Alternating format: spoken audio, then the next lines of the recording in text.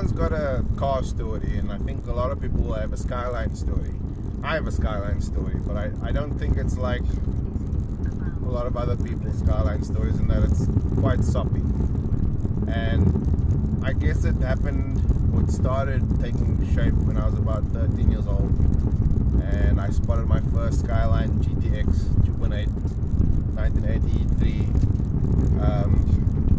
two-door coupe banger, as they were on the Cape Flats. And naturally I fell in love with it straight away. Big, imposing tank. And I'll tell you where I saw it. It was actually at a spinning event. Not quite sanctioned, where one of these cars was just spinning like this massive pendulum, clouds of smoke everywhere. And what was I doing there? I was only 13. Anyway,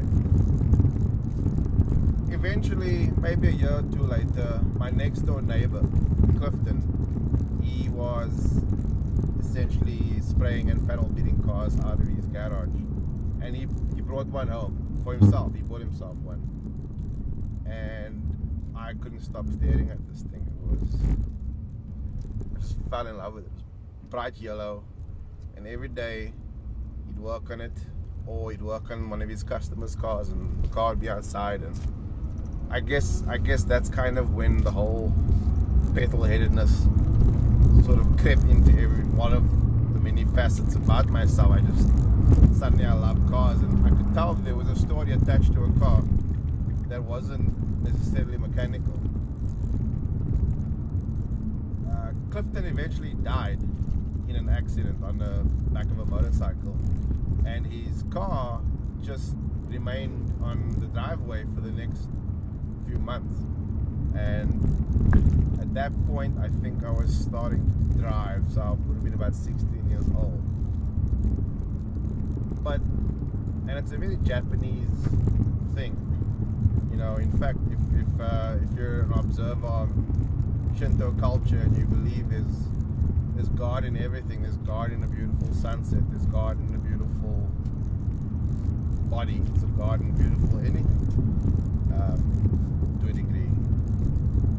It started to have a life of its own, a soul of its own, its own presence, and I was deeply drawn to it. And for the rest of my life, and even today, I still have a love for that car and cars of that era. I've got a Toyota Supra of similar vintage. Hello.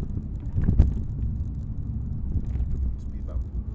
And there's just something about that era of car that has stuck with me, and also something about that Skyline badge. Even though what I'm driving now, the new Nissan GTR 2017 edition, no longer has a Skyline badge, we know where it's come from, we know its history, its legacy, and I like to think that there's still a little bit of that in this car, that spirit.